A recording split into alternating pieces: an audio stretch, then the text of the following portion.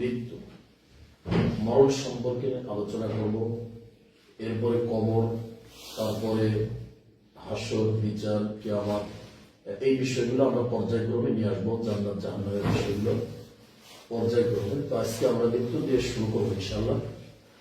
তো মা ও বোনদেরকে শুরুতেই আমরা বলবো, যারা এখানে আছেন সবাই একটু মনোযোগ দিয়ে ধৈর্য সহকারে শুনবেন ইনশাআল্লাহ। আমরা কোরআন থেকে পেশ করবো আপনাদের সামনে এবং রাসূলুল্লাহ সাল্লাল্লাহু আলাইহি ওয়াসাল্লামের হাদিস থেকে আমরা বলার চেষ্টা করবো ইনশাআল্লাহ। তো যদি আপনারা এগুলো শুনেন তাহলে আপনাদের দৃষ্টিভঙ্গি চেঞ্জ হয়ে যাবে ইনশাআল্লাহ। তো অনেকে বলে থাকেন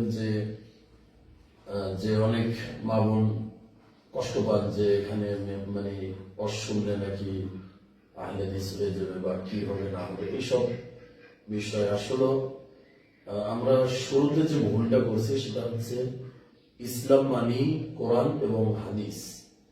সারা পৃথিবীতে যারাই কোরআন এবং হাদিসকে ফলো করবে তারাই আহলে হাদিস। অতএব আপনি একটা হাদিসের উপর আমল করলেও করতেছেন, তার মানে আপনিও আহলে হাদিস। আপনি যে একজনকে বলছেন যে ওরা আহলে হাদিস বা ওদের ওখানে যাওয়া যাবে না, তো আপনি নিজেও আহলে হাদিস, অথচ আপনি জানেনই না। কারণ হাদিস ছাড়া, কারণ আপনার যখন ভূমিষ্ঠ হয়েছেন, আপনি পৃথিবীতে আসছেন, তো বাচ্চা হইলে যে আজান দিতে হয়, এটা কি কোরআনের আয়াত না হাদিস? হাদিস। হাদিস দিয়েই কি পৃথিবীতে জন্ম শুরু হয়েছে আমাদের? তো ওই হাদিস আপনি পালন করছেন, আপনার বাচ্চা হইলে আপনি আজান দিচ্ছেন, তাই না? তারপর আকিকা করলেন, নাম রাখলেন, এসব তো হাদিস দিয়ে হয়েছে। তাহলে আপনি আহলে হাদিস, সবাই আহলে হাদিস। সারা পৃথিবীর যারা ইসলামকে ফলো করে, যারা কোরআন মানে এবং হাদিসের অনুযায়ী চলে, কোরআন অনুযায়ী চলে, তারা সবাই আহলে হাদিস। এটা একটা বৈশিষ্ট্য নাম, আর কিছু। সম্মানিত মা ও বোনেরা, আমরা মৃত্যু সম্পর্কে আজকে কোরআন এবং হাদিস থেকে আলোচনাগুলো করার চেষ্টা করবো ইনশাআল্লাহ। আপনারা খুব মনোযোগ দিয়ে শুনবেন। যে মানুষ যদি মরণকে আসলে ভয় পেত, মরণের ভয়টা যদি সত্যিকার অর্থে ভিতরে থাকতো, তাহলে কোনো দিন কোনো মানুষ পাপের কাজ করা তার দ্বারা সম্ভব না। তো মরণ এমন একটা সত্য, পৃথিবীতে যত প্রাণী জন্ম নিয়েছে, যাদের প্রাণ রয়েছে, যদি পৃথিবীতে এসে থাকে, সে এই পৃথিবীতে যার জন্ম হয়েছে তার মরণ হবেই হবে। মরণ এমন একটা জিনিস, যে মরণের হাত থেকে কোনো ধনী গরিব, রাজা বাদশাহ, আলেম, সাধারণ মানুষ, নারী পুরুষ, ছোট বড়, জালেম অত্যাচারী, সবাই, মানে এই কাতারের ভিতরে সবাই, এমনকি আমাদের নবীজি মুহাম্মদুর রাসূলুল্লাহ সাল্লাল্লাহু আলাইহি ওয়াসাল্লাম পর্যন্ত মৃত্যুবরণ করেছে। আল্লাহ কোরআনে উল্লেখ করেছেন যে ইন্নাকা মাইয়িতুন ওয়া ইন্নাহুম মাইয়িতুন, নিশ্চয়ই আপনি মৃত্যুবরণ করেছেন, আপনার মৃত্যু ঘটানো হয়েছে, আর তোমাদেরকেও মৃত্যু দেওয়া হবে। সম্মানিত মা ও বোনেরা, তো যে ব্যক্তি জানে যে তার মরণ সত্য, এটা চিরন্তন সত্য, এতে কোনো সন্দেহ নেই। যদি মরণের হাত থেকে বেঁচে যেতে পারত, তাহলে আমাদের নবী মুহাম্মদুর রাসূলুল্লাহ সাল্লাল্লাহু আলাইহি ওয়াসাল্লাম তিনি বেঁচে থাকতেন, বা কোন নবী মারা যেত না। তো পৃথিবীতে জন্ম যারাই নিয়েছে প্রত্যেকটি প্রাণী মৃত্যুবরণ করবে, যেটি আল্লাহ সুবহানাহু ওয়া তাআলা পবিত্র কোরআনুল কারীমের 3 নম্বর সূরা, সূরাতুল আল ইমরান, তার 185 নম্বর আয়াতে খুবই চমৎকার ভাবে তুলে ধরেছেন আল্লাহ। আমরা অনুবাদটা করছি, আপনারা শুনেন। আল্লাহ বলছেন যে কুল্লু নাফসিন যায়িকাতুল মাউত, প্রতিটি প্রাণী, যার প্রাণ রয়েছে, যার আত্মা রয়েছে, যার ভিতর জীবন রয়েছে, প্রত্যেককে এই মৃত্যুর স্বাদ গ্রহণ করতে হবে। তো দেখেন, এই আয়াতটার মধ্যে আল্লাহ বলে নাই যে মানুষ মৃত্যুবরণ করবে, বলা হয়েছে মৃত্যুর স্বাদ। তার মানে মৃত্যুর কি রয়েছে? স্বাদ রয়েছে। আমরা জানি, যেমন আমরা একটা ফল খাবো, তো ফল স্বাদ আছে, একটা মিষ্টি, একটা চোকা, একটা তিক্ত, এরকম। তো মৃত্যুর স্বাদের কথা কেন বলবো? মৃত্যুর ভিতরে কি স্বাদ রয়েছে? অতএব এই মৃত্যুর স্বাদটা তারাই ভালো বা তাদের কাছে মিষ্ট হবে, তারা হচ্ছে কি ঈমানদার। এজন্য আল্লাহ নবী বলছেন, যারা মুমিন তারা যদি মৃত্যুবরণ করে তাহলে তাদের কপালটা কি হয়, ঘেমে যায়। মানে দুনিয়ার এই কষ্ট থেকে তারা কি পেল, মুক্তি পেল। পরকালীন জীবনে তারা কি করলো, পদার্পণ করলো সুন্দর একটা জীবন। পরকালের প্রথম দিন অর্থাৎ কিয়ামতের, কারণ একজন মানুষ যখন মৃত্যুবরণ করে তখনই তার কিয়ামত শুরু। ওই মৃত্যুটার মাধ্যমে তার কিয়ামতের অর্থাৎ পরকালের প্রথম দিন, প্রথম জীবন শুরু। এই দুনিয়াতে মুমিনের জন্য কি এটি কিসের জায়গা, কষ্টের জায়গা, যেটা আল্লাহ নবী হাদিসের ভিতর বলছেন। আর মুমিনের জন্য এই দুনিয়াটা কি জেলখানা। আর দুনিয়া সিজনুল মুমিন ওয়া জান্নাতুল কাফির, অর্থাৎ যারা ঈমানদার তাদের জন্য এই দুনিয়াটা জেলখানা, আর যারা বেঈমান তাদের জন্য দুনিয়াটা কি বেহেশত। সম্মানিত মা বোনেরা, তো মৃত্যুর যে একটা স্বাদ রয়েছে, যদি আপনি ঈমানদার হতে পারেন তাহলে আপনি এই স্বাদটা পাবেন। এই স্বাদটা বড় মিষ্টি, অনেক সুস্বাদু। আল্লাহ রাসূল সাল্লাল্লাহু আলাইহি ওয়াসাল্লাম হাদিসের ভিতরে বলছেন, আকসিরু আয-যিকরা হাযিমিল লাযযাত ইয়ানি আল মাউত। শুনে রাখো, তোমরা মৃত্যুকে বেশি বেশি স্মরণ করো। যদি কোনো মানুষ পাপ থেকে বাঁচতে চায়, যদি পরকালে ভালো সফলতা অর্জন করতে চায়, তাহলে এই দুনিয়ার সবচেয়ে বড়, উত্তম, শ্রেষ্ঠ আমল হচ্ছে মৃত্যুকে স্মরণ করা। আপনি যদি পরকালীন জীবনে অনেক সুখে থাকতে চান, কবরের ভিতর সুখে থাকতে চান, ভালো জান্নাত পেতে চান, জান্নাতুল ফিরদাউস, দুনিয়ার সব পাপ কাজ থেকে আপনি বিরত থাকতে চান, দুনিয়ার সমস্ত দুঃখ কষ্ট থেকে আপনি দূরে থাকতে চান, দুনিয়ার সমস্ত প্রেশানি টেনশন থেকে আপনি যদি মুক্ত থাকতে চান, তার একটাই সলিউশন, একটাই মাধ্যম, সেটা হচ্ছে মৃত্যুকে স্মরণ করা বেশি বেশি। আল্লাহ নবী এটাই বলছেন যে তোমরা মৃত্যুকে বেশি বেশি স্মরণ করো, যেই মৃত্যু তোমাদের ভোগ বিলাসকে, তোমাদের আনন্দ ফুর্তিকে শেষ করে দেয়, ধ্বংস করে দেয়, নিশ্চিহ্ন করে দেয়। যেমন একটা মানুষের জীবনে অনেক আশা থাকে, আমি এই করব, যেমন আমার যতটুকু এখন বয়স, আমি তো আরো সামনে বেঁচে থাকার একটা আশা করতেছি, যে আমি বেঁচে থাকবো, বা আমি সামনে ভবিষ্যতে এইটা করবো, আমি ওইটা করবো, কত কিছু স্বপ্ন থাকে, ছেলে মেয়েকে বিবাহ শাদী দিব, কত কিছু। কিন্তু আমি এখান থেকে আমার মসজিদ পর্যন্ত না যেতেই একটা দুর্ঘটনায় আমার জীবনটা শেষ হয়ে যেতে পারে। তাহলে আমার যে আশাগুলো ছিল, এই আশাগুলো ধ্বংস করে দিল, শেষ করে দিল কি এই মৃত্যুটা। অতএব সবার মনের ভিতরে আশা আছে, আপনাদের মনের ভিতরে অনেক আশা আছে, পরিবার নিয়ে আশা থেকে, ছেলে সন্তান নিয়ে আশা থেকে, পৃথিবীতে আমি সুন্দরভাবে বেঁচে থাকবো, আমার এই করতে হবে, সেই করতে হবে, বাড়ি করতে হবে, জায়গা জমি কিনতে হবে, ছেলে সন্তানের জন্য কিছু করে যেতে হবে, সব চিন্তা আমাদের ঠিক আছে। কিন্তু মৃত্যুটা যে সত্য, ভবিষ্যতের চিন্তা মানুষে একটাই করবে, সেটা হচ্ছে কি মৃত্যু সম্পর্কে। অথচ এই মৃত্যু সম্পর্কে অধিকাংশ মানুষ গাফেল, অজ্ঞ, এই সম্পর্কে তারা বেখবর, এই মৃত্যুকে তারা স্মরণ করে না। আর শয়তান সবচেয়ে বেশি এই জায়গাটা ধোঁকা দেয়, যে মানুষ যাতে মৃত্যুর কথা স্মরণ করতে না পারে। যদি সে মৃত্যুর কথা স্মরণ করে তাহলে সে ভালো হয়ে যাবে। তো আল্লাহ বলছেন যে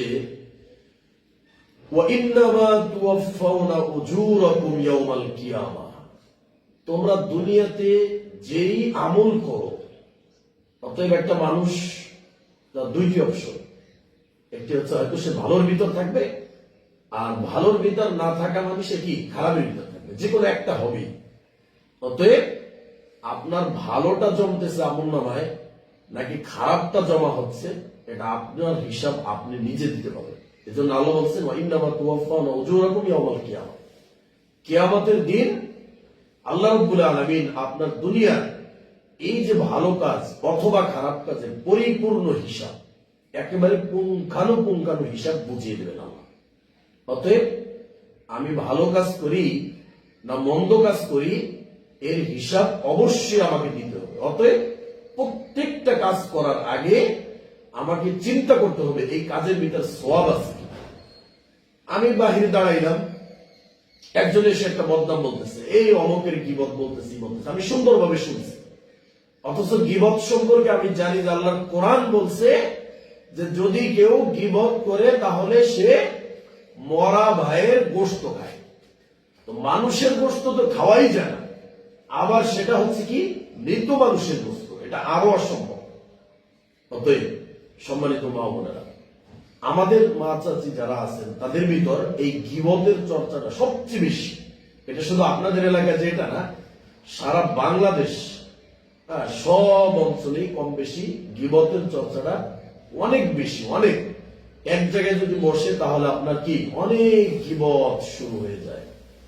আর যদি একটু ঝগড়া লাগে তাহলে তো আর বলতে হয় না যে কে কি করছে, কার ছেলে কি করছে, কার মেয়ে কি করছে, এইগুলো বদনাম আপনি বলেন। আপনি এটা চিন্তা করেন না যে আপনার জীবনের যে হিসাব আছে, এই হিসাবগুলো যদি আল্লাহ রাব্বুল আলামিন বিচারের মাঠে সবার সামনে দেখিয়ে দেয় তখন আপনার কেমন লাগে? অতএব গীবত খুবই একটা জঘন্য অপরাধ, মারাত্মক অপরাধ। যেই গীবতের চর্চাটা সবচেয়ে বেশি আমাদের মা চাচি খালা যারা রয়েছেন, নারীদের ভিতর, মহিলাদের ভিতর সবচেয়ে বেশি গীবতের চর্চা হয়। অতএব যে কোনো মূল্যে এই গীবত থেকে বেঁচে থাকতে হবে। কেন? আল্লাহ বলছেন যে মরা ভাইয়ের গোশত খায়। অতএব মানুষের গোশত খাওয়া যায় না, আবার সেটা আবার কি মরা মরা জিনিসের গোশত আরো খাওয়া নিষেধ, হারাম এটা। অতএব গীবত করাও হারাম। সম্মানিত মা বোনেরা, আল্লাহ বলছেন যে প্রত্যেকটা কাজের হিসাব আমি পরিপূর্ণভাবে দিব। তো মুমিন ইমানদার তার পা ফেলবে, চিন্তা করবে যে এই কাজটার ভিতর সওয়াব আছে কিনা। এই জন্য আল্লাহ নবী কি বলছেন, মিন হুসনি ইসলামিল মারই তারকুহু মা লা ইয়ানিহি, অর্থাৎ ইসলামের সৌন্দর্য, একজন মানুষ পরিপূর্ণ ইমানদার সে বোঝা যাবে তার মাধ্যমে, তার কথা কাজের মাধ্যমে। যদি সে এমন কাজ করে যেই কাজের ভিতর নেকি রয়েছে, সওয়াব রয়েছে, অর্থ রয়েছে, আর সে ছেড়ে দেবে কোন কাজ, যেই কাজের ভিতর কোনো সওয়াব নেই, যেই কাজের ভিতর কোনো নেকি নেই, যেখানে তার কোনো লাভ নেই, সে লাভটা দুনিয়ার লাভ না, সেই লাভটা হচ্ছে কি পরকালীন লাভ। এই কাজ সে বর্জন করবে, ছেড়ে দিবে। এক জায়গায় গীবতের চর্চা হতেই পারে, কিন্তু আমি সেখানে বসবো না ইমানদার হয়ে। আমি কেন? ওখানে বসলে আমার কোনো উপকার হবে না। আমি কি করতে পারি? ওই সময়টা আমি সুবহানাল্লাহ, আলহামদুলিল্লাহ, আল্লাহু আকবার জিকিরের সাথে আমি থাকবো সর্বদা। আল্লাহ নবীর কাছে সাহাবী এসে জিজ্ঞেস করছে, আল্লাহ নবী, ইন্না শারাইআল ইসলামি কদ কাসরাত আলাইনা, ইসলামের বিধিবিধানগুলো আমাদের উপর অনেক অনেক কঠিন মনে হয়। ফাবাবুন নাতামাসসাকু বিহি জামিউন, আপনি আমাদের জন্য এমন একটা পথ, এমন একটা পদ্ধতি বলে দেন, যেই পদ্ধতি অবলম্বন করলে, যেই পথ অনুযায়ী চললে আমরা সকলে আমাদের কাছে ইসলামটাকে, ইসলামের শরীয়তটা আমাদের কাছে সহজ মনে হবে। আল্লাহ নবী বলছেন কি, যে তুমি তোমার জবানকে, তোমার জিহ্বাকে তুমি কি করো, আল্লাহর জিকিরের দ্বারা সর্বদা তুমি ভিজিয়ে রাখো। তো এই আল্লাহর জিকির, এটা করতে আপনার জায়নামাজে বসতে হবে না। এই জিকির করতে, আল্লাহকে আপনার স্মরণ করতে ওযু করতে হবে না, গোসল করতে হবে না। যে কোনো মূল্যে সর্বদা, সব সময়, এমনকি যখন আপনি টয়লেটে প্রবেশ করবেন তখন আপনি ডান পা দিয়ে প্রবেশ করবেন আর দোয়াটা পড়বেন, আল্লাহুম্মা ইন্নী আউযু বিকা মিনাল খুবুসি ওয়াল খাবাইস। এই দোয়াটা পড়া মানেই আপনাকে আল্লাহকে স্মরণ করতেছে। আবার যখন বের হবেন তখন আপনি কি বাম পা দিয়ে বের হবেন, দোয়াটা পড়বেন, গুফরানাকা, বাস। এই যে আল্লাহকে স্মরণ হয়ে গেল। এরপর ওযু করবেন, ওযু করে আপনি 2 রাকাত সালাত আদায় করতে পারেন।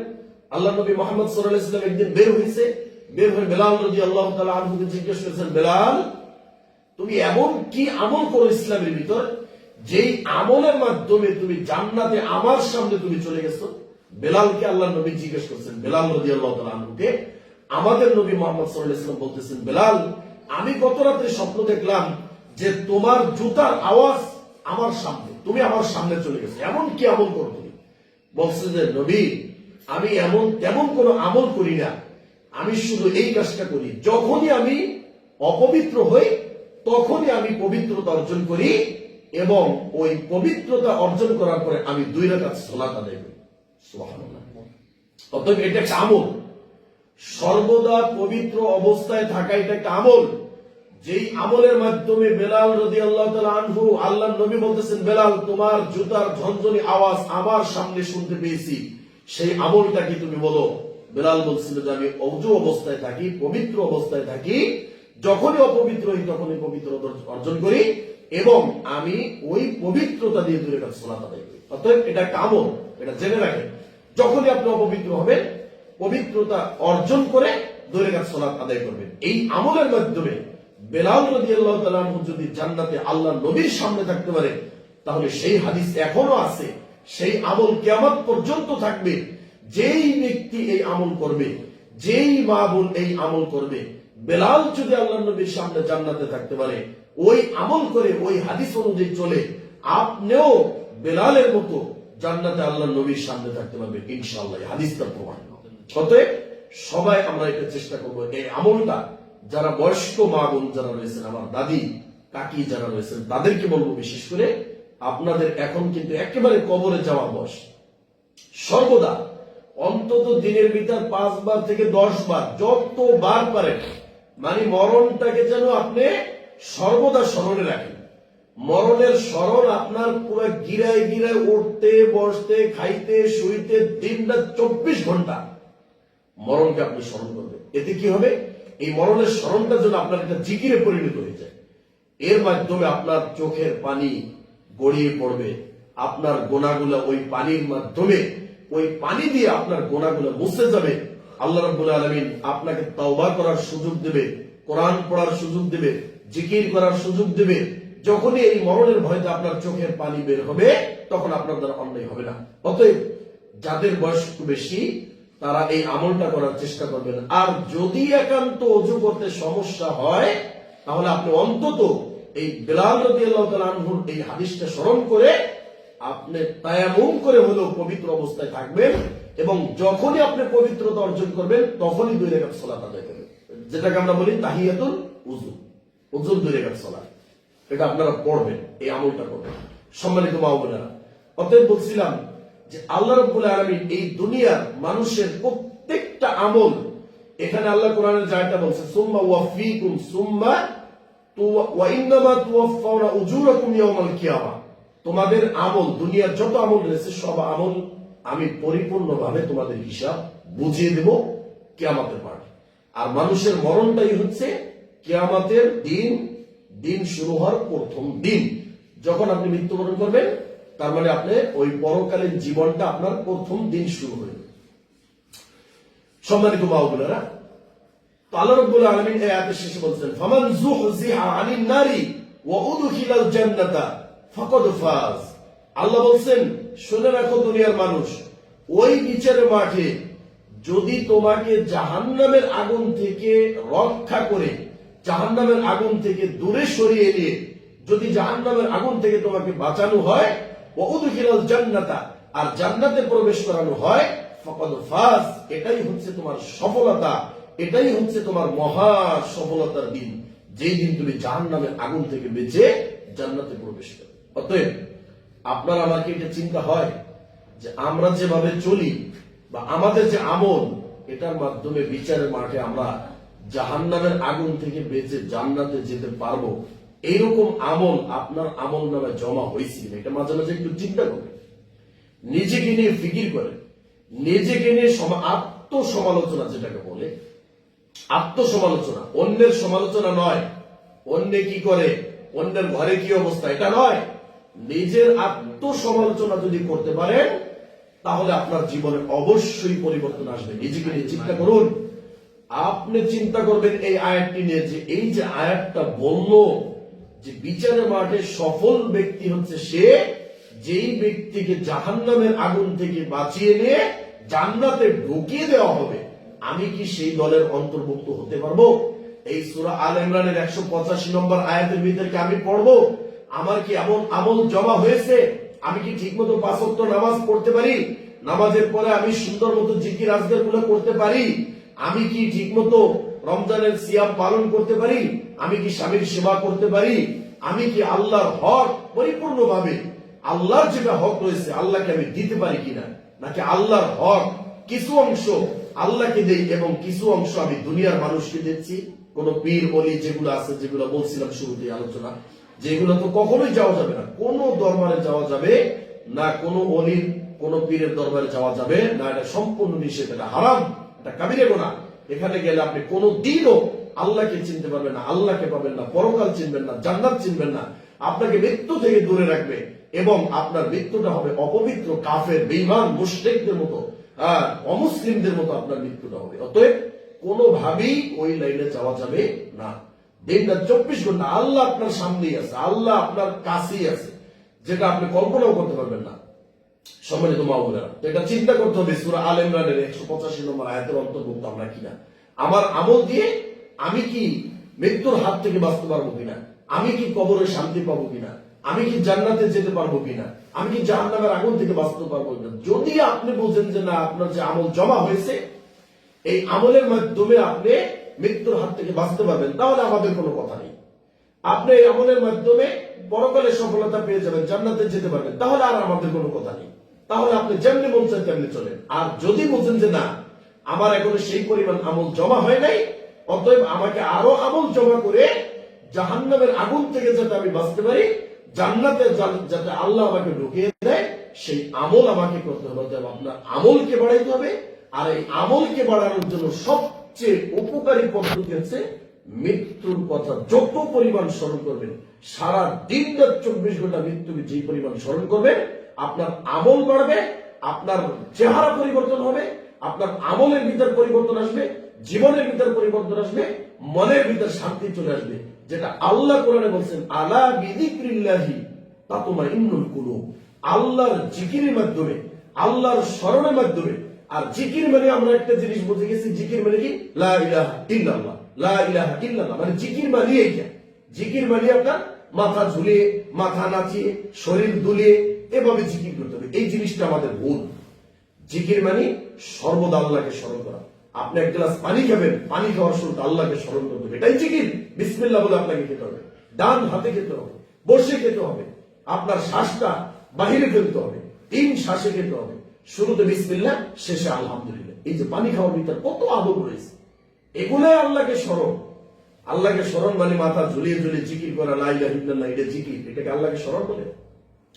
তো যখনই আমার মা বোন, যদি আপনি মৃত্যু যন্ত্রণা থেকে বাঁচতে চান, কবরে শান্তি পেতে চান, তাহলে মৃত্যুর বেশি বেশি স্মরণ করতে হইব। তাহলে এই মৃত্যুর স্মরণটা আপনাকে কি করবে, পরকালমুখী করবে, দুনিয়া আপনার কাছে একেবারে তুচ্ছ করে তুলে ধরবে এবং আপনার আমল বেড়ে যাবে, চোখের পানি বের হবে। আল্লাহ নবী বলছেন, কোন বান্দা এবং বান্দির চোখ দিয়ে যদি আল্লাহর ভয়ে, জাহান্নামের ভয়ে, পরকালে শাস্তির ভয়ে মিজানের পাল্লা তার হালকা হবে না ভারী হবে, ফুলসিরাত সে পার হতে পারবে কিনা, তারপর তার আমল নামা ডান হাতে দেওয়া হবে না বাম হাতে দেওয়া হবে, এগুলো চিন্তা করে, পরকাল জীবনটা চিন্তা করে, হাসরের মাঠটা কেমন হবে, আল্লাহ কিভাবে আসবে, আমাকে কি জান্নাতে দেওয়া হবে না জাহান্নামে দেওয়া হবে, এই ভেবে ভেবে ঘরের কোণে বসে, জায়নামাজে বসে চক্ষু দিয়ে পানি বের হয়। আল্লাহ নবী বলছেন, যদি কোনো মা ও বোন, কোন বান্দা এবং বান্দি, আল্লাহর প্রিয় বান্দারা যদি এভাবে চোখের পানি ঝরাতে পারে, চোখের পানি বের করতে পারে, মৃত্যুকে স্মরণ করে করে যদি পানি বের হয়, আল্লাহ নবী বলছেন যে ওই চোখ কখনো জাহান্নামের আগুনে জ্বলবে না। যেমন ভাবে একটা গরু গাভীর ওলান থেকে দুধ বের হইলে ওই দুধটা যেমনি ভাবে তার ওলানের ভিতর দ্বিতীয়বার আর প্রবেশ করা সম্ভব নয়, যেই দুধ একবার বের হয়েছে সেটা আর ঢুকানো সম্ভব নয়, যেই কথা মানুষের জবান দিয়ে বের হয়েছে এই কথা যেমনি ভাবে আর ফিরিয়ে নেওয়া সম্ভব নয়, ঠিক তেমনি ভাবে আল্লাহর ভয়ে, কবরের ভয়ে, মৃত্যুকে স্মরণ করে যদি, মৃত্যুর যন্ত্রণা স্মরণ করে যদি কোন বান্দা এবং বান্দি যদি চোখের পানি ঝরাতে পারে, আল্লাহ নবী বলছেন ওই চোখ কখনো, ওই ব্যক্তি কখনো জাহান্নামের আগুনে জ্বলবে না। এবং আল্লাহ নবী বলছেন আর একটা হাদিসে যে বিচার মাঠে 7 শ্রেণীর মানুষকে আরশের নিচে বিশেষ ছায়া দেওয়া হবে, আল্লাহর ছায়ায় তাদেরকে ছায়া দান করা হবে। তাদের ভিতর একজন ব্যক্তি রয়েছে, সে কি, ওয়াযাকারাল্লাহ খালিয়ান ফাফাদাত আইনাহু, ঘরের কোণে বসে একা একা নীরবে নিঃশব্দে আল্লাহকে স্মরণ করে চোখের পানি ঝরিয়ে তার চেহারা ভিজিয়ে ফেলছে। আল্লাহ নবী বলছেন এই ব্যক্তিকে আমি বিচারের মাঠে সেই বিশেষ ছায়া দান করব। সুবহানাল্লাহ। তারপরে আল্লাহ বলছেন ওয়ামাল হায়াতুদ দুনিয়া ইল্লা মাতাউল গুরুর। এই আয়াতের শেষে বলছে শুনে রাখো দুনিয়ার মানুষেরা, এই দুনিয়ার জীবনটা, যেই দুনিয়ার পিছনে তুমি পড়ে আছো, যেই দুনিয়া নিয়ে তুমি ব্যস্ত, যেই দুনিয়ার সব ভোগ বিলাস আরাম আয়ুষ শান্তি সুখ সব কিছু নিয়ে তুমি ব্যস্ত হয়ে আছো, এই দুনিয়ার জীবনটা হচ্ছে একটা ধোকার জায়গা, একটা প্রতারণার জায়গা, একটা ধোকাবাজি, তোমাকে ধোকায় ফেলবে এই দুনিয়া। অর্থাৎ এই দুনিয়া কখনো তোমাকে আগে বেড়ে মৃত্যুর কথা স্মরণ করতেও দিবে না, কবরের কথা স্মরণ করতেও দিবে না, আর পরকালে তুমি সফলতা অর্জন করতে যাতে না পারো সেই কাজ তোমাকে দুনিয়া তোমাকে এমন ভাবে ঘিরে ধরবে, চতুর সাইড দিয়ে তোমার শুধু দুনিয়া দুনিয়া, কবে বাড়ি করব, কবে গাড়ি করব, কিভাবে ছেলে সন্তানকে মানুষ করব, হারাম না হালাল, আমার স্বামী হালাল ইনকাম করে না হারাম করে, যত ধরনের যা কিছু আছে উলট পালট আল্লাহর বিধিবিধানের সব কিছু তোয়াক্কা না করে, বিধিবিধানের দিকে না তাকিয়ে আল্লাহর অবাধ্য হয়ে পর্দা পুশিদাকে লঙ্ঘন করে, কোরআন তেলাওয়াত বর্জন করে, নামাজকে ত্যাগ করে, সব কিছু করে হলেও দুনিয়া আমাকে যে কোনো মূল্যে পেতেই হবে, এই চিন্তা ভাবনা যখন আপনার ভিতর ঢুকে যায়, মরণের সময় আপনি অসহায় নিঃস্ব নিরুপায় হয়ে পড়বেন। আপনি শুধু চোখের পানি ঝরাবেন যে আজরাইল, যেটা মালাকুল মাউত, আপনার সামনে এমন আকৃতিতে উপস্থিত হবে। আল্লাহ কোরআনে বলছেন ওয়ালাউ তারা ইয যালিমুনা ফি গামারাতিল মাউত, হে নবী যদি তুমি দেখতে যে মৃত্যুর যন্ত্রণা, মৃত্যুর যে মালাকুল মাউত যে কি ভয়ঙ্কর আকৃতিতে পাপীদের জান কবজ করে পাপীদের কাছে আসে, এটা যদি তুমি দেখতে পেতে। আল্লাহ বলছেন আল্লাহ নবীকে। সম্মানিত মা ও বোনেরা, এরপরে আল্লাহ কোরআনে ভিতরে বলছেন যে এই পৃথিবীতে আমরা কেউই চিরস্থায়ী জীবন আমরা পাবো না। সূরা আম্বিয়া 34 এবং 35 নম্বর আয়াতে আল্লাহ রাব্বুল আলামিন বলছেন যে ওমা জাআলনা লিবাশারিন মিন ক্বাবলিকাল খুলদ, হে নবী আপনার পূর্বে কোন মানুষ চিরস্থায়ী জীবন লাভ করে নাই, অতএব এই দুনিয়ার জন্য আপনি কেন এই দুনিয়ার পিছনে পড়ে থাকবেন? যেই দুনিয়ায় আপনি চিরস্থায়ী থাকতে পারবেন না, যেইখানে আপনার চিরস্থায়ী থাকার জায়গা, সেই জায়গাকে আপনি স্মরণ করুন, সেই কবরকে স্মরণ করুন, সেই মরণকে আপনি স্মরণ করুন। এবং আল্লাহ বলছেন আফা ইম মাতা আফা ইম মিত্তা ফাহুমুল খালিদুন, হে নবী আপনি যদি মৃত্যুবরণ করেন তাহলে এই পৃথিবীতে আর কেউ আছে যারা চিরস্থায়ী থাকবে? অতএব আল্লাহ নবী মারা গেছেন, এটা সত্য। আর আল্লাহ কোরআন বলতেছেন আফা ইম মিত্তা, হে নবী আপনি যখন মৃত্যুবরণ করলেন ফাহুমুল খালিদুন, তাহলে আর কারা আছে যে যারা জীবিত থাকবে? আল্লাহ নবী মৃত্যুবরণ করছেন। এরপরে আরেকটা আয়াত আল্লাহ বলছেন যে কুল্লু নাফসিন যায়িকাতুল মাউত, প্রত্যেকটা প্রাণী মৃত্যুর স্বাদ গ্রহণ করবে। ওয়া নাবলুকুম বিশ-শাররি ওয়াল খায়রি ফিতনা, আর আমি তোমাদেরকে পরীক্ষা করব বিশ-শাররি ওয়াল খায়রি ফিতনা, আমি তোমাদেরকে ভালো এবং মন্দ দ্বারা পরীক্ষা করব। অতএব দুনিয়ার ভিতরে আমরা সর্বদা একটা পরীক্ষার ভিতর আছি। কেউ ভালো পরীক্ষা দিচ্ছেন, কেউ খারাপ পরীক্ষা দিচ্ছেন। একটা পরীক্ষার হলের ভিতর অনেকেই পরীক্ষা দেয়, কারো পরীক্ষা ভালো হয়, কারো খারাপ হয়। অতএব দুনিয়া একটা পরীক্ষার কেন্দ্র, পরীক্ষার হল। এই জায়গায় আল্লাহ আমাদেরকে পাঠাইছে এই দুনিয়ার জীবনে যারা সুন্দরভাবে ভালোভাবে পরীক্ষা দিবে বা যাদের রেজাল্ট ভালো হবে তারা পরকালে অবশ্যই সফলতা অর্জন করবে। তাদের পুরস্কার হবে সর্বশ্রেষ্ঠ পুরস্কার, আর সেটাই হচ্ছে জান্নাতুল ফিরদাউস। আর আল্লাহ রাব্বুল আলামিন তাদের মৃত্যুটাকে সহজ করে দিবেন, তাদের কবর আযাবকে সহজ করে দিবেন এবং তাদের কবরকে জান্নাতের বিছনা দিয়ে, জান্নাতের পোশাক দিয়ে, জান্নাতের আলো দিয়ে এবং কবরটাকে অনেক প্রশস্ত করে দিবেন। তাদের চোখের পাওয়ার, তাদের চোখের পলক যতদূর পর্যন্ত যাবে ততদূর পর্যন্ত তাদের কবরটা প্রশস্ত হয়ে যাবে। সুবহানাল্লাহ। সম্মানিত মা বোনেরা, এই আয়াতের শেষে আল্লাহ বলছেন ওয়া ইলাইনা তুরজাউন, শুনে রাখো তুমি যাই কিছু করো না কেন, ওয়া ইলাইনা তুরজাউন, যতদিন তুমি বেঁচে থাকতে চাও বাঁচো, সমস্যা নেই, কিন্তু তোমার শেষ পরিণাম আমার দিকে। অতএব আমার দিকে আসতেই হবে, যেটা আল্লাহর কোরআন বলছে। এবং এই দুনিয়ার জায়গাটা একটা ধোকার জায়গা, প্রতারণার জায়গা, একটা প্রতারক এই দুনিয়া। দুনিয়া হচ্ছে ধোকাবাজ। এই দুনিয়া আপনাকে ধোকা দিয়ে মৃত্যুর কথাকে আপনার থেকে সরিয়ে রাখবে, মৃত্যুর স্মরণ থেকে আপনাকে গাফিল করে রাখবে। অতএব দুনিয়াকে লাথি মেরে পরকালকে সামনে দিয়ে মরণকে স্মরণ করে আপনাকে পরকালে সেই বিজয়, সফলতা, যেটা জাহান্নাম থেকে মুক্তি দিয়ে জান্নাতে প্রবেশ করিয়ে দেওয়া, এই সফলতা অর্জন করতেই হবে সম্মানিত মা বোনেরা। এরপরে আরেকটি আয়াত শুনেন, সূরা জুমআর মধ্যে আল্লাহ রাব্বুল আলামিন বলছেন, قل إن الموت الذي تفرون منه فإنه ملاقيكم ثم تردون إلى عالم الغيب والشهادة فينبئكم بما كنتم تعملون। আল্লাহ বলছেন কি, শুনে রাখো, قل إن الموت الذي تفرون منه فإنه ملاقيكم, যদিও তোমরা মৃত্যুর হাত থেকে পালিয়ে বেড়াও, কিন্তু মৃত্যু তোমার কাছে এসে উপস্থিত হবে। কত বড় কথা, চিন্তা করছে। অতএব মরণ থেকে সবাই পালাতে চায়, কেউ মরতে চায় না, কেউ মরতে চায় না। আপনিও মরতে চান না, আমিও মরতে চাই না, কিন্তু আল্লাহ বলছেন তুমি মরতে চাও আর না চাও, মরণ ঠিকই তোমার বাড়ির কাছে একদিন চলে আসবে। ওই খাটিয়া আজকে তোমার দাদার জন্য আসছে, আজকে তোমার বাবার জন্য আসছে, আজকে তোমার দাদির জন্য আসছে, আজকে অমকের জন্য আসছে, তমকের জন্য আসছে, কালকে ঠিকই ওই খাটিয়া তোমার বাড়ির সামনে চলে আসবে। ওই মসজিদের মাইকে একটা এলান হবে যে অমক মারা গেছে, এই এলান আসবেই আসবে, মসজিদের খাটিয়া তোমার বাড়ির সামনে আসবেই আসবে। আল্লাহর কোরআন বলছেন তুমি মৃত্যু থেকে পলায়ন করতে পারো, কিন্তু মৃত্যু তোমাকে ছাড়বে না। তুমি যেখানেই থাকো সেখানেই গিয়ে তোমাকে মৃত্যু আক্রান্ত করবে, আক্রমণ করবে, তোমাকে ধরে ফেলবে। সূরা নিসার মধ্যে আল্লাহ রাব্বুল আলামিন বলছেন 78 নম্বর আয়াত, আল্লাহ বলছেন আইনামা তাকুনু ইউদরিকুমুল মাউতু ওয়ালাউ কুনতুম ফি বুরুজিম মুশাইয়াদা।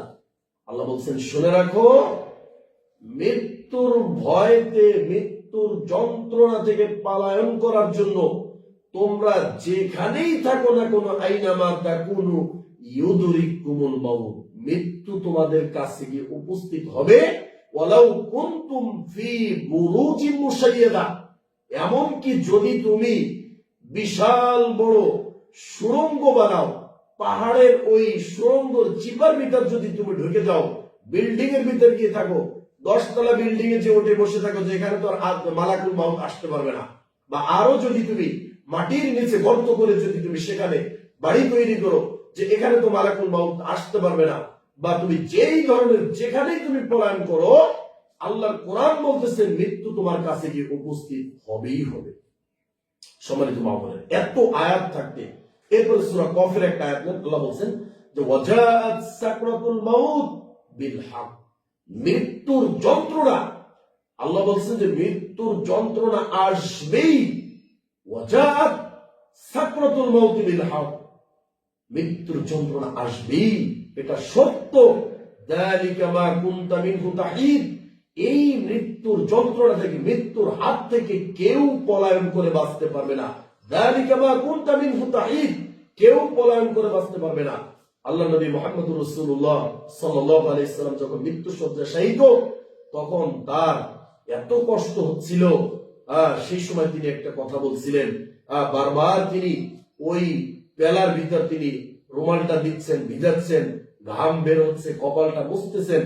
আম্মা জান আয়েশা রাদিয়াল্লাহু তাআলা আনহা বলতেছেন, এরপর আল্লাহর নবী ওই সময় পড়ছিলেন লা ইলাহা ইল্লাল্লাহ ওয়া ইন্নাহা লাসাকরাতুল মাউত, এই যে মৃত্যুর যন্ত্রণা, ওয়া ইন্নাহা লাসাকারাত, আর মৃত্যুর যন্ত্রণা অনেক কঠিন। তো আল্লাহর নবীর কাছে এই মৃত্যুর যন্ত্রণা উপস্থিত হয়েছে, যে মৃত্যুর সময় যে একটা কষ্ট, জান কবজ করার সময় যে একটা কষ্ট, এটা আমাদের নবী পর্যন্ত উপভোগ করছে, তার কপাল দিয়ে ঘাম বের হয়ে গেছে। আম্মা জান আয়েশা বলতেছেন যে এই কষ্টের থেকে কষ্ট আমার জীবনে আমি আর কোনদিন দেখি নাই। সম্মানিত মা বোনেরা, এরপরে আল্লাহ রাব্বুল আলামিন আরো চমৎকার ভাবে সূরা কমারের ভিতর বর্ণনা করছেন। আল্লাহ বলছেন কাল্লা ইযা বালাগাতিত তারাকি, যখন তোমার জীবনটা বের হওয়ার উপক্রম হয়, অর্থাৎ তোমার কণ্ঠনালী, প্রাণ যখন, তোমার জীবন যখন কণ্ঠনালীতে চলে আসে, কণ্ঠনালীতে চলে আসে, অর্থাৎ জীবন বের হবে, এই সময় আল্লাহ বলছেন ওয়াকিল আমান র, তখন তাকে বলা হয় যে কে তোমাকে ঝাড়বে, কে তোমাকে বাঁচাবে?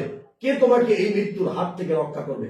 কোন ঝাড়ফুঁককারী আছে কি যে তাকে ঝাড়ফুঁক করবে? দুনিয়ার কেউ আছে যে তাকে রক্ষা করবে? আল্লাহ বলছেন অজন্য আল্লাহুল ফিরক, ওই সময়ে তার প্রবল ধারণা হয় যে না, এখন আমার দুনিয়া থেকে বিদায় নিতে হবে। আল্লাহর কোরআন বলতেছে তখন তার পায়ের গোছা একটার সাথে আর একটা মিলে যায়। ইলা রাব্বিকা ইয়াউমাইযিনিল মাসার, আর সেই দিন আল্লাহ রাব্বুল আলামিনের কাছে তোমাকে টেনে হেসড়ে তোমার জানকে কবজ করে বের করে তারপর তোমাকে নিয়ে যাওয়া হবে। কেন? আল্লাহ কোরআন তারপর ফালা সাদ্দাকা ওয়ালা সাল্লা, সে ইসলামকে মানে নাই, নবীকে মানে নাই, পরকাল মানে নাই, মৃত্যুকে বিশ্বাস করে নাই, মালাকুল মাউত যে আছে এটা সে বিশ্বাস করে নাই। সে জানতই না যে আমার মরণ হবে, সে জানেই না, সে বিশ্বাসই করে না যে আল্লাহর দরবারে আমাকে দাঁড়াতে হবে, আল্লাহর কাছে একদিন আমাকে এই সব কিছুর হিসাব দিতে হবে। ওয়ালা সাল্লা, কোরআন বলতেছেন এবং সে সালাত আদায় করত না, সে সালাত পড়তো না। ওয়ালাকিন কাযাবা ওয়া তাওয়াল্লা, এবং সে ইসলামকে মিথ্যা বলতো, নবীকে অস্বীকার করত, আল্লাহকে গালি দিত, ইসলামকে নিয়ে কটূক্তি করত, হাসাহাসি করত, ইসলামের বিধিবিধানকে সে মূল্যায়ন করে নাই, পর্দার মতো একটা বিধিবিধানকে সে লঙ্ঘন করে তার জীবনকে পার করছে, এবং সে দম্ভ ভরে চলেছে, মুখ ফিরে নিয়ে চলেছে যে আমি নামাজ না পড়লে তো কিছুই হয় না, আমার দাদা মারা গেল, আমার 14 গোষ্ঠী নামাজ না পড়ে মারা গেছে, সবাই বেপরদা ভাবে মারা গেছে, ওই তাদের তো কিছুই হয় না, কিচ্ছু হয় না। এজন্য সে ওইভাবে চলে যায়, আল্লাহ তো কিছুই বলে না। কিন্তু আল্লাহ তো বলার জন্য একটা দিনক্ষণ নির্ধারণ করে রেখেছে, যেটা হচ্ছে বিচারের মাঠ। সেই মাঠে সবাইকে হিসাব দিতে হবে। আল্লাহ কোরআন বলছেন আয়াহসাবুল ইনসানু আইয়ুতরাকা সুদা, মানুষকে মনে করে যে আমি মানুষকে এমনিই বানিয়েছি, আমি এমনি অনর্থক সৃষ্টি করেছি, তাদের কোনো হিসাব নেব না। সে যে বেপরদায় চলে তাকে হিসাব দিতে হবে না, সে যে দিনরাত 24 ঘন্টা মানুষের বদনাম করে হিসাব দিতে হবে না, ছেলে মেয়ের উপর সে জুলুম করে তাকে হিসাব দিতে হবে না। সংসারে 5 জন সন্তান, অথচ 5 জনের উপর সে ইনসাফ করতে পারে না। এই বড় ছেলেকে ভালোবাসে বেশি, মেজো জনকে একটু কম, ছোট জনকে আর একটু বেশি, বড় বউকে একটু ভালো বেশি বাসে, ওই ছোট জনকে একটু কম বাসে। একটা পরিবারের ভিতর 5 জন লোকের ভিতর যে ইনসাফ করতে পারে না, 5 জন লোকের ভিতর যে ন্যায় বিচার করতে পারে না, সে কিভাবে একজন সৎ মহিলা হিসেবে, একজন ভালো মহিলা হিসেবে, একজন নেককারিনী মহিলা হিসেবে আল্লাহর দরবারে উঠবে বলেন? এরকম অবিচার প্রত্যেকটা ফ্যামিলিতে আছে। সন্তান একটু অন্যায় করছে, একটু অপরাধ করছে, সন্তানকে আর দেখতেই পারে, সন্তানকে বাড়ি ছাড়া করে দেয়। এটা ঠিক না। সম্মানিত মা ও বোনেরা, এটা করবেন না। আপনার কলিজার টুকরো সন্তান, সে ভুল করলে তাকে বুকে জড়িয়ে ধরুন, তাকে চুমা খান, তাকে আদর করে ভালোবাসা দিয়ে তাকে বুঝান যে বাবা এটা ঠিক না। আপনি এমন সন্তান রেখে যাবেন যেই সন্তান মরার পরে আপনার চোখের পানি বের করে আপনার জন্য কাঁদবে, আপনার জন্য দান সদকা করবে এবং আপনার জন্য দোয়া পড়বে, রব্বির হামহুমা কামা রব্বায়ানি সগীরা। আর যদি সন্তানকে আপনি বাড়ি থেকে বের করে যান, সন্তানকে যদি অবাধ্য করে যান, সন্তান যদি আপনার কথাবার্তা না শুনে সন্তানের উপর আপনি রাগ হয়ে থাকলেন, তাহলে এই সন্তান কখনোই মরার পরে আপনার জন্য দান করবে না এবং আপনার জন্য কখনোই রব্বির হামহুমা কামা রব্বায়ানি সগীরা এই দোয়া করবে। অতএব সন্তানকে আপনি আদর্শ সন্তান করে যান, ঘরের ভিতরে ইনসাফ প্রতিষ্ঠা করেন। অতএব আপনি চিন্তা করবেন না যে আমি যেভাবে চলছি ইসলামটা মনে হয় এভাবেই না। মানে পর্দা বেপর্দার অবস্থাটা এমন ভাবে প্রত্যেকটা পরিবারে দেখলে মনে হয় যে ইসলাম নেই, অথচ প্রত্যেকের সাথে একটা সীমা রেখা আছে যে কে কার সাথে দেখা করতে পারবে কি পারবে না, কোথায় যে খেতে পারবে কি পারবে না। এই সব বিষয়গুলো কিন্তু আল্লাহ রাব্বুল আলামিন এবং আমাদের নবী মুহাম্মদুর রাসূলুল্লাহ সাল্লাল্লাহু আলাইহি ওয়াসাল্লাম সুন্দরভাবে আমাদেরকে বলে দিয়ে গেছেন। অথচ আমরা প্রত্যেকেই এখান থেকে আজকে উদাসীন হয়ে, আমরা বিমুখ হয়ে, এই কথাই আল্লাহ বলছেন যে তোমাদেরকে সেই মৃত্যুর সময় কঠিন শাস্তি ভোগ করতে হবে। কেন? ওয়ালাকিন কাযাবা ওয়া তাওয়াল্লা, তোমরা ইসলামকে মানো নাই, আল্লাহর নবীকে মানো নাই, পরকালকে বিশ্বাস করো নাই, সব কিছুকে তোমরা অস্বীকার করেছো, ওয়া তাওয়াল্লা, এবং তোমার দম্ভ ভরে তোমরা পিঠ ফিরিয়ে ইসলামের দিকে তুমি বুড়ো আঙ্গুল উঠিয়ে, বুড়ো কুঞ্চিত করে তুমি ইসলামকে বাম হাত দেখিয়ে তারপর তুমি চলে গিয়েছো, আল্লাহর একটা বিধিবিধানকে তুমি তোয়াক্কা করো নাই। এভাবে তোমার জিন্দেগিটা তুমি পার করছো। না হলে একজন মা ও বোনেরা তার যখন থেকে সেই বাচ্চাটা সাবালিকা হলো, তারপর থেকে তার উপর পর্দার বিধান চলে আসছে, আর মৃত্যুর আগ পর্যন্ত 60 বছর বয়সে গিয়ে তারপর সে পর্দা করতে চায়। আর যারা পর্দায় থাকে তাদের চেহারা সুন্দর, তাদের তাদের ভিতর তাদের চেহারার ভিতর আল্লাহ রাব্বুল আলামিনের পক্ষ থেকে একটা নূর দেওয়া হয়। আর যারা বেপর্দা চলে, এমন কিছু মহিলা আছে যাদের বয়স 40-50 হয়ে গেছে, অথচ এখনো বেপর্দায় চলে তো চলে, তার কাপড় চুপড়ের কিছুই ঠিক থাকে না, পেট পিঠ সবকিছু বের হয়ে থাকে। এই ধরনের নির্লজ্জ বেশরম কিছু মহিলা এখনো আছে আমাদের সমাজে। তারা ইসলাম বুঝে না, তারা কোরআন বুঝে না, তারা হাদিস বুঝে না, তারা আল্লাহকে বিশ্বাস করে না, তারা ইসলামকে মানে না। যদি মানত তাহলে সে এইভাবে বেপর্দা ভাবে উলঙ্গ মানুষের মধ্যে চলাফেরা করতে পারতো না। যারা বয়স্ক মা বোনেরা, আমার দাদি চাচি যারা রয়েছেন, তাদের জন্য সতর্কতা, না, ইসলাম এটা বলে নাই আপনাকে ঢেকে থাকতে হবে যে কোনো মূল্যে। যার সাথে আপনার পর্দা করার বিধান রয়েছে তার সাথে অবশ্যই পর্দা করতে হবে। বিশেষ করে এখন যে আপনার ওই কমিউনিটি সেন্টারে বিয়ের যে অনুষ্ঠানগুলো, ফাংশন গুলো রয়েছে, এইগুলা যাওয়ার যে একটা আপনার ভাইরাস চলছে বর্তমান, এখানে সম্পূর্ণ আপনার মাহরামের সাথে আপনাকে যেতে হবে। আর যদি সেরকম পরিবেশ হয় তাহলে যাবেন, তা না হলে ওরকম হাজার বিয়েকে আপনি লাথি মারবেন। ওই ধরনের বিয়েতে যাওয়ার কোনো দরকারই নেই। একজন মুসলিম বোন হয়ে, একজন নবীর উম্মত হয়ে, পরকালকে যিনি বিশ্বাস করে, জান্নাতের যিনি আশা করেন, সে কখনো এই ধরনের পরিবেশে সে যেতে চাবে না।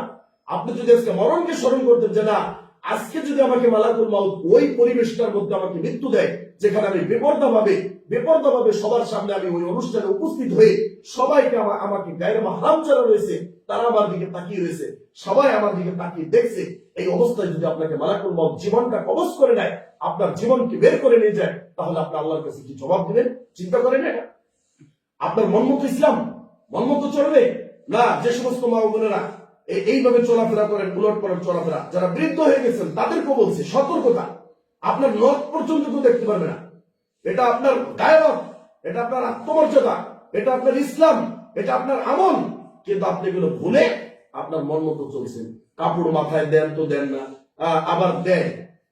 আমাদের মা বোনদের একটা অভ্যাস আছে, যখন আজান দেয়, কি কুসংস্কার দেখে, যখন আজান দেয় তখন অনেকে বলে এই আজান দেশে মাথায় কাপড়টা দেয়। হায় হায়, এই কুসংস্কার কোথায় পেলেন? তা আজানের সময় শুধু আপনাকে মাথায় কাপড় দিতে হবে, পর্দা করতে হবে, আর বাকি টাইমে আপনি বেপর্দার কাপড় মাথায় না দিয়ে আপনি চলবেন? আপনার চুল দেখবেন তো শুধু আপনার স্বামী। এই পর্যন্ত চুল আপনি যাদেরকে দেখাইছেন এর হিসাব বিচার মাটি দিতে হবে। আপনার নখ পর্যন্ত দেখার কোনো অনুমতি নেই কারণ। আপনার গোসলের পরে কাপড়টা কোথায় রাখবেন এইটাও কোনো পরপুরুষ দেখতে পারবে না, কোনো গায়রে মাহরাম দেখতে পারবে না। যাদের সাথে আপনার দেখা দেওয়া জায়েজ নেই এরকম পুরুষ আপনার কাপড়টা পর্যন্ত দেখতে পারবে না। ওই কাপড় দেখবে আপনার স্বামী, এমন জায়গায় রাখবেন যাতে কোনো পরপুরুষের নজর না পড়ে কাপড়টা। অথচ আমরা নিরার্সে মাথায় কাপড় নেই, শরীরে কাপড় নেই, এই জামা কাপড় আমরা ওই বিলের ভিতরে যে লাগিয়ে দিই, এখানে সেখানে বাজারে চলাফেরা বিপর্যয়। কেন? কারণ মরণকে সে স্মরণ করে না। মরণ তার ভিতর থেকে চলে গেছে। মরণ নামক জিনিসটা যদি তার ভিতর থাকতো সে বেপরদা চলতে পারতো না।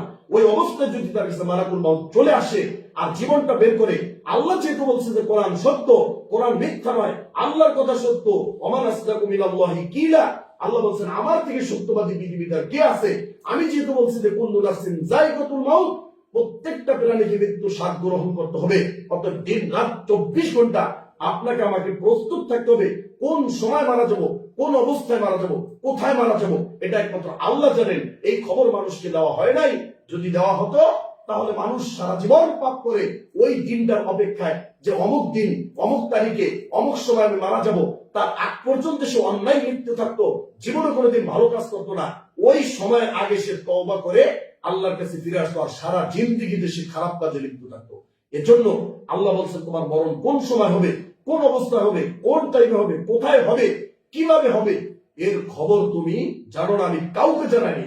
এমনকি আমাদের নবী মুহাম্মদুর রাসূলুল্লাহ সাল্লাল্লাহু আলাইহি ওয়াসাল্লাম তাকে পর্যন্ত জানানো হয়। সম্মানিত মা বোনেরা, সূরা ওয়াকিয়ার আরেকটা আয়াত নিয়ে নেন, যেটা 83 নম্বর আয়াত সূরা ওয়াকিয়া। ফালাউলা ইযা বালাগাতিল হুলকুম, যখন আপনার জীবনকে বের করা হবে হুলকুমের ভিতর, যখন আপনার কণ্ঠনালীর ভিতর যখন প্রাণ চলে যাবে, মালাকুল মাউত যখন আপনার সামনে তার দলবল সাঙ্গপাঙ্গ নিয়ে এসে উপস্থিত হবে, ওয়া আনতুম হিনাইযিন তানজুরুন, আল্লাহর কোরআন বলতেছেন সেই দিন তুমি দেখতে পাবে ওই মালাকুল মাউতকে, যারা তোমার জীবন কবজ করার জন্য আসছে। ওয়া আনতুম হিনাইযিন তানজুরুন, তুমি তাকিয়ে তাকিয়ে দেখবে। ওয়া নাহনু আকরাবু ইলাইহি মিনকুম ওয়ালাকিন লা তুবসিরুন, আল্লাহ বলতেছেন আমি ওয়া নাহনু আকরাবু ইলাইহি মিনকুম, ওয়ালাকিন লা তুবসিরুন, আর আমি তোমাদের মধ্যে তার থেকে অনেক অনেক নিকটে, আর আমি তোমাদের চাইতে তার খুব কাছে, কিন্তু তোমরা দেখতে পাও না। ওয়ালাকিন লা তুবসিরুন ফালাউলা ইন কুনতুম গায়রা মাদিনিন, তোমরা যে বলে থাকো তোমাদের যে হিসাব, তোমাদের যে চলাফেরা, তোমরা তো মনে করো যে আমাদের কোনো হিসাব দিতে হবে না, আমরা কোনো আল্লাহর কর্তৃত্বাধীন নয়, আমরা আল্লাহর নিয়ন্ত্রণের বাহিরে, পরকাল বলতে কিছু নাই, জান্নাত জাহান্নাম বলতে কিছু নাই, এই কবর তো বলে এগুলো পরে, মরার পরে দেখা যাবে না, জান্নাতে তো একদিন যাব। তাহলে শুনে রাখো, তার জীবনাহা ইন কুনতুম সাদিকিন, আজকে তোমার জীবন বের করা হচ্ছে, তুমি যদি সত্যবাদী হয়ে থাকো তাহলে তোমার জীবনটা তুমি ফিরিয়ে নিয়ে আসো, দেখি তুমি পারো কিনা। আল্লাহ বলতেছেন কখনোই তুমি পারবে না। সম্মানিত মা ও বোনেরা, সূরা বাকারার আরেকটি আয়াত নিয়ে 28 নম্বর আয়াতে আল্লাহ বলতেছেন কাইফা তাকফুরুনা বিল্লাহি ওয়া কুনতুম আমওয়াতান ফাআহইয়াকুম সুম্মা ইউমীতুকুম সুম্মা ইউহয়ীকুম সুম্মা ইলাইহি তুরজাউন। শুনে রাখো, কিভাবে তোমরা আল্লাহর অকৃতজ্ঞ বান্দা হতে পারো, কিভাবে তোমরা আল্লাহকে অস্বীকার করতে পারো, অথচ তোমাদের কোনো অস্তিত্ব ছিল না, তোমরা ছিলে মৃত, তোমাদেরকে সেই মৃত থেকে আমি একটা জীবন দান করছি, তারপরে মায়ের গর্ভে 10 মাস 10 দিন একটা অন্ধকার জায়গায় আমি তোমাদেরকে রেখেছি, যতদিন ইচ্ছা আমি রেখেছি, তারপরে ওখান থেকে আবার ফাআহইয়াকুম, আমি তোমাদেরকে দুনিয়ার একটা 60 বছর 70 বছর কেউ 100 বছরের একটা জিন্দেগি আমি দান করেছি, সুম্মা ইউমীতুকুম, আবার আমি তোমাদেরকে মৃত্যু দান করেছি, সুম্মা ইউহয়ীকুম, এই মরণের পরে আবার আমি তোমাদেরকে একটা বারজাখি কবরের জীবন আমি তোমাদেরকে দান করব, সুম্মা ইলাইহি তুরজাউন, এরপর যখন ইসরাফিল সিংহায় ফুঁক দেবে কিয়ামতের মাঠে, সমস্ত কিছুকে আমি একত্রিত করব, সেই দিন আমি প্রত্যেকের দেহের ভিতর আমি আবার সেই আত্মাটাকে আমি ফুঁকে দেব এবং আমি তাকে আবার জীবিত করে আমি বিচার মাঠে উঠাবো। আল্লাহ বলতেছেন এত ক্ষমতা, এত পাওয়ারফুলি আল্লাহ, সেই আল্লাহকে তুমি কিভাবে ভুলে যাও? সম্মানিত মা ও বোনেরা, আল্লাহ বলতেছেন ওমা কানা লিনাফসিন আন তামুতা ইল্লা বিইজনিল্লাহি কিতাবাম মুআজ্জালা, আল্লাহ বলতেছেন কোন নফসের মৃত্যু হয় না আল্লাহর অনুমতি ব্যতীত। অতএব প্রত্যেকটা মানুষের মৃত্যু হয় আল্লাহর অনুমতি নিয়ে, এবং এটা সুনির্দিষ্ট কিতাবে আল্লাহ রাব্বুল আলামিন আগেই চূড়ান্ত ভাবে লিখে রেখেছেন। সূরা মুলকের মধ্যে আল্লাহ বলছেন আল্লাযী খালাকাল মাউতা ওয়াল হায়াতা লিয়াবলুয়াকুম আইয়ুকুম আহসানু আমালা, আল্লাহ বলছেন আমি মানুষের জীবন এবং মরণকে সৃষ্টি করেছি, তৈরি করেছি, মানুষের জীবন মরণ দেওয়ার মালিক আমি মানুষকে মরণ দেই, আমি মানুষের জীবন দান করি। কেন? লিয়াবলুয়াকুম আইয়ুকুম আহসানু আমালা, আমি শুধু একটা জিনিস দেখতে চাই যে কে আমলের দিক দিয়ে সর্বশ্রেষ্ঠ। অতএব জীবন মরণের এই যে লড়াই, আপনাকে একবার আপনার জীবন ছিল না, মৃত্যু ছিলেন, সেখান থেকে জীবন দেওয়া হলো, মায়ের গর্ভে থেকে আবার পৃথিবীতে পাঠানো হলো, এই যে জীবনটা, শুধু আল্লাহ একটা কাজ দেখতে চায়, সেটা হচ্ছে কি, যে আপনি কি আমল করেন। আল্লাহ এখানে বলে নাই যে কার ধন সম্পদ বেশি আমি দেখতে চাই, কে কোন বংশের, কার কতটুকু মর্যাদা, কার স্বাস্থ্য ভালো, কে সুন্দরী বেশি, কে লম্বা বেশি, কে এরকম গুণের কথা আল্লাহ বলেনি। সব গুণকে বাদ দিয়ে আল্লাহ বলছেন তোমাকে আমি দুনিয়ার জীবনটা দান করছি, মৃত্যুর আগ পর্যন্ত আমি দেখতে চাই যে আমলের দিক দিয়ে কে শ্রেষ্ঠ, আমি শুধু আমলটা দেখতে চাই, বিচারের মাঠে আমি আর কিছু দেখতে চাই না, শুধু তোমাদের আমলটা দেখব। সম্মানিত মা বোনেরা, আল্লাহ রাব্বুল আলামিন বলছেন ইয়া আইয়ুহাল্লাযীনা আমানুত্তাকুল্লাহ হাক্কা তুকাতিহি, হে দুনিয়ার মানুষ তোমরা শুনে রাখো, যারা ঈমান এনেছো আল্লাহর প্রতি, পরকালের প্রতি, নবী রাসূলের প্রতি, তোমাদেরকে বলে রাখছি হাক্কা তুকাতিহি, ইয়া আইয়ুহাল্লাযীনা আমানুত্তাকুল্লাহ, তোমরা আল্লাহকে ভয় করো, হাক্কা তুকাতিহি, ভয় করার মতো ভয় করো, ওয়ালা তামুতুন্না ইল্লা ওয়া আনতুম মুসলিমুন, আর তোমাদের মৃত্যুটা যেন এমন অবস্থা না হয় যে তুমি একজন বেঈমান, তুমি একজন নাস্তিক, তুমি একজন কাফের, তুমি একজন অমুসলিম। অতএব তোমাদের মৃত্যুটা যেন এই অবস্থা হয় যে তুমি একজন মুসলিম হয়ে আল্লাহর কাছে যেন আসতে পারো। আল্লাহ রাব্বুল আলামিন এত সুন্দর করে আমাদেরকে বলছেন। সম্মানিত মা বোনেরা, আমরা আপনাদের সামনে দুইটি হাদিস আজকে আমরা পেশ করব। আল্লাহ রাব্বুল আলামিন আমরা যে কোরআন থেকে যে আলোচনাগুলো শুনলাম, অনেক গুরুত্বপূর্ণ এই আলোচনা, অনেক সুন্দর তথ্যবহুল এই আয়াতগুলো আপনাদেরকে দিলাম।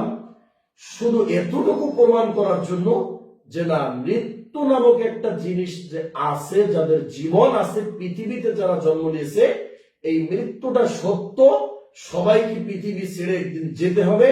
আমাদের দাদা দাদি নানা নানি যারা ছিল তারা এখন নাই, আমরাও আজকে আছি, আমরাও 100 বছর বা 50 বছর বা 10 বছর 20 বছর বা আজও হতে পারে আমরাও এই পৃথিবীতে থাকবো না।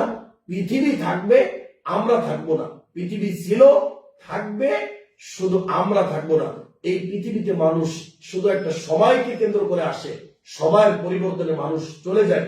আমি 2000 থেকে 2050 পর্যন্ত আমি বাঁচবো, 2050 থেকে নিয়ে আবার আর একটা দল বাঁচবে। এভাবে পালাক্রমে একের পর এক আসতে থাকবে পরীক্ষার হলে। একটা পরীক্ষার হলে যেমনি ভাবে পরীক্ষার জন্য কেন্দ্র তৈরি হয়েছে, সেখানে শুধু একটা ব্যাচ না, হাজার হাজার ব্যাচের ছাত্র সেখানে পরীক্ষা দেয়।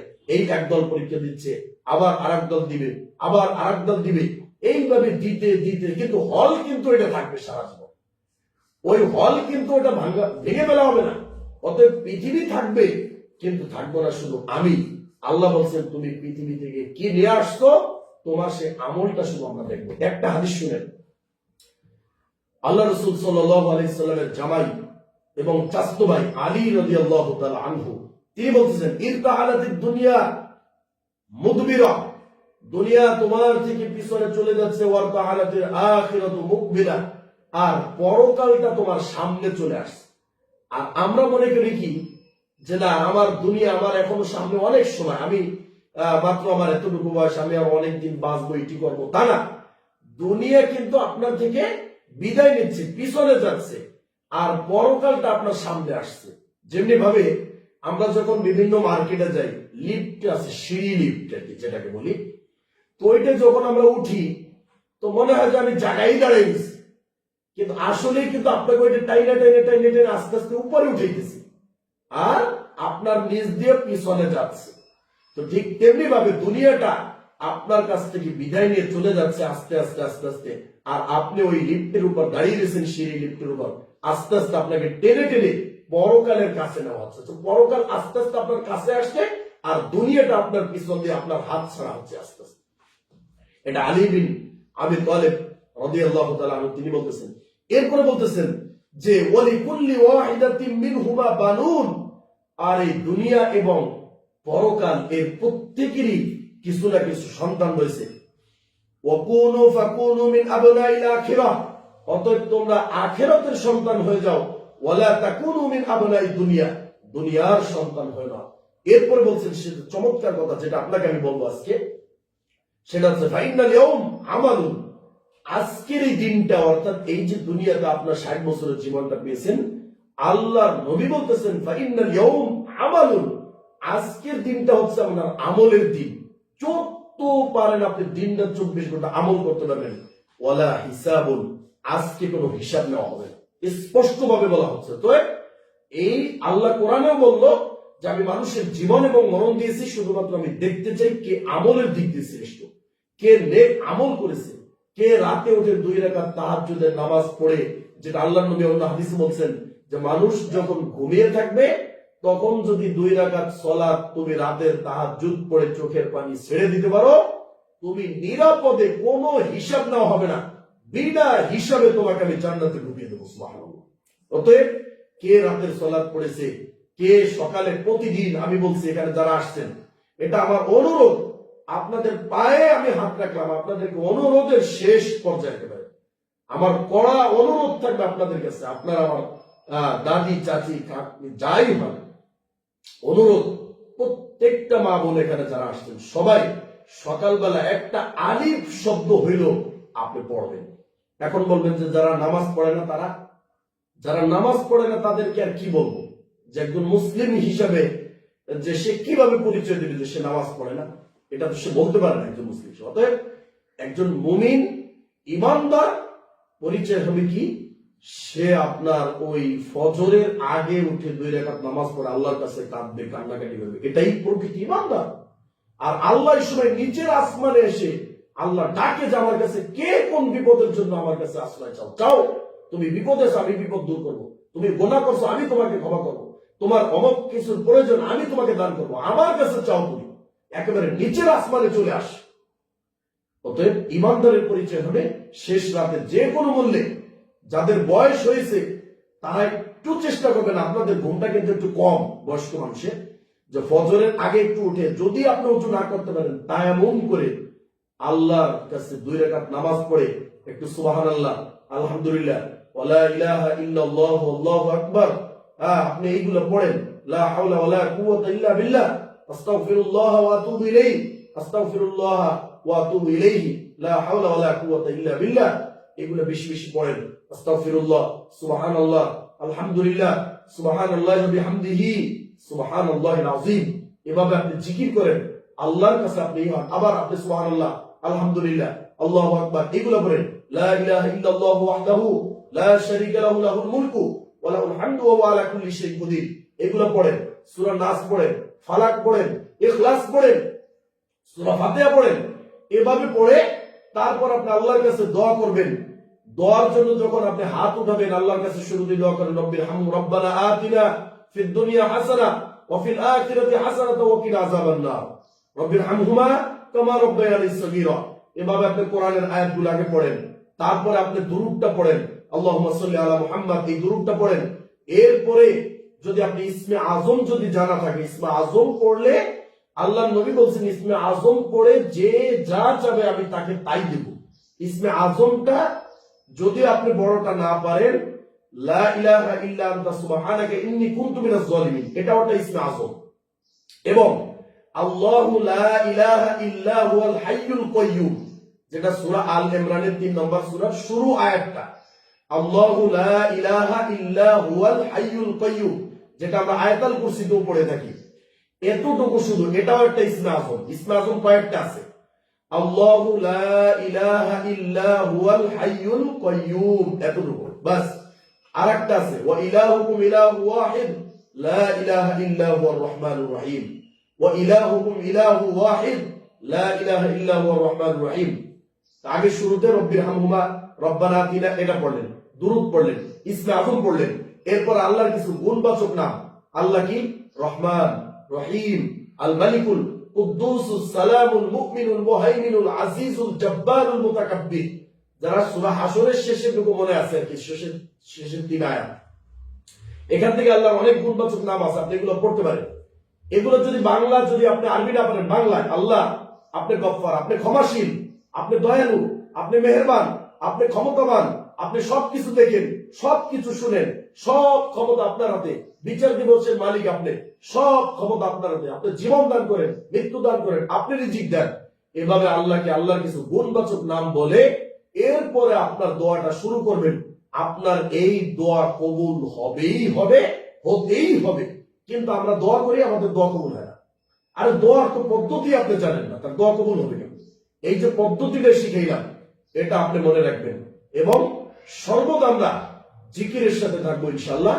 আমি যে হাদিসটি বলছিলাম, আর একটা পয়েন্ট বলে শেষ করে দিচ্ছি। তার একটা বলা আছে, আজকে শুধু আমলের দিন, কোনো হিসাব হবে না, অগদান হিসাবুন ওয়ালা আমালুন, আর আগামীকাল অর্থাৎ বিচারের মাঠটা শুধু হিসাব আর হিসাব, কোনো আমল করার কোনো সুযোগ হবে না। অতএব আজকে আমাদের আলোচনার যেটা মূল বিষয়, সেটা হচ্ছে মরণকে বেশি বেশি স্মরণ। মৃত্যু চিরন্তন সত্য, মৃত্যু সব আসবেই আসবে। যাদের ভিতরে জীবন আছে প্রত্যেকটা প্রাণীর মৃত্যুর স্বাদ গ্রহণ করতে হবে। দুনিয়াতে পৃথিবীতে যারা জীবন নিয়ে আসছে তাদেরকে মরতেই হবে। মরার পরে আমরা কবরে যাব। এই কবরের জীবনটা আমরা আগামী পর্বে আমরা আপনাদের সামনে আলোচনা করব। আজকের আলোচনা থেকে আমরা যেটা শিখলাম সেটা হচ্ছে কি, মরণকে আমরা একটা জিকিরের মতো বানিয়ে নেব।